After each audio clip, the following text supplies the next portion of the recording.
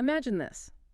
A movie based on a book everyone loves. It makes, what, over $351 million, smashes it at the box office. It really should have been this huge celebration, right? A total win. Yeah, but instead, Yeah. that huge success story got completely buried. The real headline, the thing everyone remembers from that $351 million hit, was this just incredibly bitter war. Fought on multiple fronts, legal battles, public opinion between the star and producer Blake Lively and the director, who also co-starred, Justin Baldoni. Right. So today we are diving deep into how it ends with us turned into, well, probably Hollywood's messiest feud in recent memory. And we're not just talking simple creative disagreements here. This story has everything. Claims of serious misconduct, accusations of extortion, a battle over the film's final cut, and lawsuits totaling like $500 million. It's wild. Welcome to Starscope Report. We're Jordan and Jamie, and our job is basically to sift through all the noise, the headlines, the legal docs, the insider whispers to give you the full picture.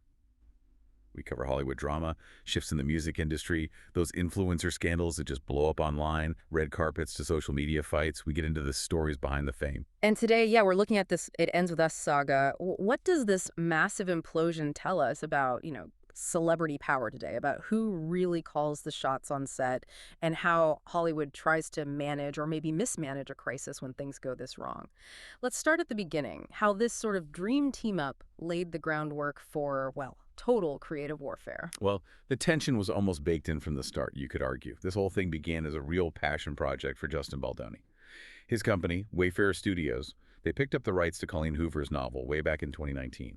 And it fit perfectly with his whole public image, right? The director-activist focused on impactful media, talking about redefining masculinity. It was very on brand for him. Then comes the casting news in January 2023, and that really raises the stakes.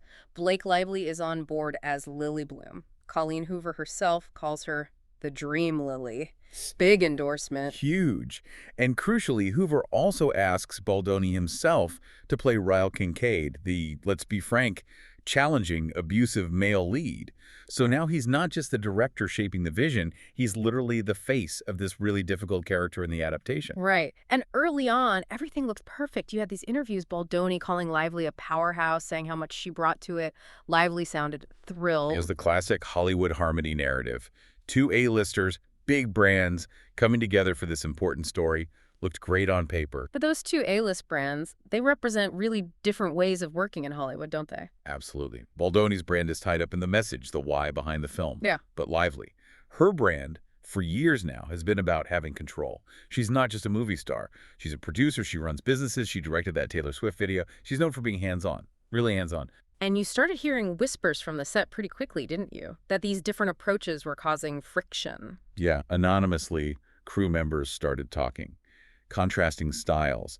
Lively was described as, very business-minded, focused, while Baldoni, some felt, was maybe a bit inexperienced for this scale, or perhaps too laissez-faire with the intense pressures of a major film set. And this friction, it wasn't just professional for long, it got personal, and it escalated fast in April 2023. That's when we heard about Lively's husband, Ryan Reynolds, who wasn't officially part of the production. Is credited, no. He apparently stepped in and rewrote dialogue for the big rooftop scene, no less. Which is just, wow. I mean, talk about blurring lines. That's a direct challenge to the director's authority right there. Totally. And Baldoni's side, they painted a picture of the meeting that followed as being pretty explosive. Yeah, they claimed it happened at Lively and Reynolds' home, and it became traumatic. Their account alleges Reynolds launched into a tirade against Baldoni. So what started as maybe a creative difference over a scene turns into this really intense personal showdown. Feels like a power play. And believe it or not, a major star's husband rewriting scenes, that's actually not the craziest part of this story. Stick around, because later we're going to get into the specific, serious allegations that led to 17 non-negotiable demands from Lively's team. And you won't believe how Taylor Swift ended up getting pulled into a $400 million lawsuit. Yeah, that professional trust just completely shattered after those creative clashes. And the fight moved pretty quickly from arguments about scenes into actual documented claims about workplace conduct.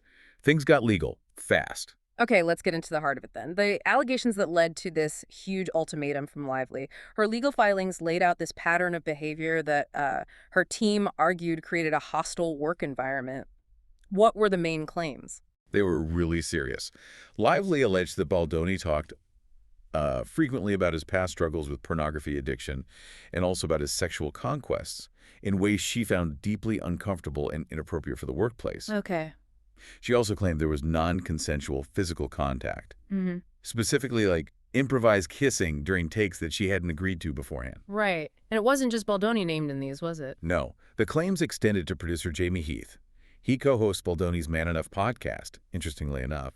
Heath was accused of showing lively nude videos of his own wife, which is just bizarre and unprofessional on so many levels. Wow. And both Baldoni and Heath were accused of crossing physical boundaries, like entering her dressing room when she was undressed or even breastfeeding. So all of this together leads to this moment in November 2023, the ultimatum. Exactly. Lively's legal team issues 17 demands, non-negotiable safeguard demands, they call them, for her to even return to the set. And this is key. It effectively turned these serious allegations into leverage. It formalized the conflict into a legal dispute with very clear conditions. But Baldoni's side immediately pushed back hard on that framing, didn't they? They used the word extortion. They did. His former agent framed it as a strategic move, not primarily about safety, but about using the claims to take control of the film. So you have these two completely opposing narratives right from the start. Hostile environment versus calculated power grab. How did those 17 demands actually shift the power on set, though? Well, think about the leverage Lively had. She's the star. She's a Yes. producer on the film. And crucially, she had the author, Colleen Hoover, basically in her corner. By laying down those demands backed by these serious claims, she forced the studio's hand. Do they stick with the director now facing these allegations? Or do they empower the star, who has the author's support, to essentially take charge? And they chose the star. It seems so. She effectively secured control. Whether it was primarily about safety or created control, the result was the same. The power shifted decisively toward her. It was kind of a masterclass in leveraging a crisis, depending on how you look at it. The clearest sign of this takeover, this creative hijacking, as some called it, came later, during post-production. Oh, yeah. The fight over the final cut was apparently unprecedented. It got so bad, the studio ended up financing 2 separate edits of the movie. Competing versions. 2 versions? How does that even happen? Well, Lively used her producer credit. She hired her own editor, completely bypassing Baldoni and his team's normal post-production process. And then she played hardball to get her version chosen. According to Baldoni's camp, yes. He alleged she threatened to boycott the film's promotion entirely if the studio didn't test screen her cut. And here's the other power move. She allegedly told the studio Colleen Hoover would publicly back her version if they didn't pick it, basically weaponizing the author's massive fan base against the studio and director. That's incredibly strategic. And ruthless. And apparently, it worked. The version released in theaters, reportedly Lively's preferred cut. And the final nail in the coffin for Baldoni's creative authority, that credit removal. Yeah, a film by credit. For anyone listening who doesn't know, losing that credit is huge. It signifies the director's ultimate vision and control. Having it stripped, allegedly at the insistence of star and studio, is about as public a rejection of a director's authority as you can get. It really does set a potentially disruptive precedent, doesn't it? Like, if you're a big enough star with enough producing power, you can just sideline the director. That's the question everyone in Hollywood was asking. It suggests a major shift, where star power can potentially override traditional director control, especially when combined with producer leverage. And the specific content disputes they argued over really highlight this fundamental clash in vision. Right. Lively's complaint mentioned that Baldoni's cut had a very detailed scene of her character losing her virginity. Close-ups, an audible gasp, another scene where her character was supposed to orgasm on camera. Lively objected strongly to these. And Baldoni's defense was? Apparently, he claimed he was filming it through the female gaze, which, Lively clearly disagreed with vehemently. So it wasn't just technical editing choices, it was a deep disagreement over how to portray female sexuality and trauma, with the female star producer basically saying the male director's interpretation was wrong or exploitative. Exactly. It underlines that the conflict went right to the core of the film's sensitive themes. Wow. Okay, if you're finding this breakdown of Hollywood power plays as fascinating as we are, make sure you hit subscribe to Starscope Report. We dive into stories like this all the time. So this intense creative and legal battle, it inevitably spilled out into the public eye in a big way during the summer 2024 press tour. The rift was impossible to hide. Baldoni was often walking red carpets alone. People noticed Lively, Colleen Hoover, and most of the cast weren't following him on Instagram. Petty maybe, but very visible signals. In Lively's own promotional strategy during that time, That's it. it raised a lot of eyebrows, didn't it? People called it tone deaf. Yeah, given the film deals with domestic violence, her pushing fans to wear your florals, and heavily promoting her alcohol brand Betty Booze during the tour. It landed awkwardly for many. Felt insensitive. Meanwhile, Baldoni seemed to be leaning into the film's themes almost as a counter-strategy. Definitely. He hired Melissa Nathan, a crisis PR specialist known for representing Johnny Depp. Very deliberate choice. And his public appearances, his social media, they consistently focused on domestic violence awareness. His Instagram bio linked to a hotline. While Lively's linked to her hair care brand. Exactly. The contrast was stark. Yeah. They were fighting completely different PR wars, trying to control completely different narratives about themselves in the film. And this public relations battle set the stage perfectly for the legal bombs to start dropping. For sure. December 2024, Lively files her formal complaint. Sexual harassment, retaliation, the smear campaign claims. It's all official now. And Baldoni's response wasn't exactly subtle. He went on the offensive. Hard. It's extremely aggressive. First, a huge $250 million libel suit against the New York Times for their reporting on the alleged smear campaign against him. Then, an even bigger one, a staggering $400 million countersuit directly targeting Lively, Ryan Reynolds, and their publicist. $400 million. That's sending a message. It's basically legal shock and awe. The message is, you come after me, I will bury you in legal fees and potential damages. Overwhelming financial pressure. And it's in that $400 million suit that we get the wildest collateral damage claim involving Taylor Swift, the dragons allegation. Right. The suit claimed Lively referred to Reynolds and Taylor Swift as her dragons. The implication being she saw these incredibly powerful friends as weapons she could unleash as an intimidation tactic in this fight. Pulling Taylor Swift into this, the fallout must have been instant. Oh, immediate and massive. Sources close to Swift quickly let it be known she felt used, that she was furious about being dragged into their messy legal fight purely for, quote, clout and leverage. And it reportedly damaged their friendship. Yeah, reports said it caused a fracture in their famously close friendship that lasted about a year. It's a huge cautionary tale about weaponizing celebrity connections in these kinds of disputes. It can backfire badly. The battle also went digital in a really interesting way. It wasn't just fought in courtrooms and tabloids. No, Baldoni took his case directly to the public. He launched his own website, publishing curated emails, texts his receipts, trying to bypass traditional media filters and shape the narrative his way. Very modern approach. And Lively's team countered that with subpoenas. Yeah, a much more traditional but arguably more intimidating legal tactic. They subpoenaed celebrity bloggers, but also like 107 independent online content creators, small creators, many of them. Why do that? What's the goal? Well, critics called it an attempt to chill free speech. Basically, if you're a small creator suddenly hit with a legal subpoena, you likely have to hire expensive lawyers just to respond.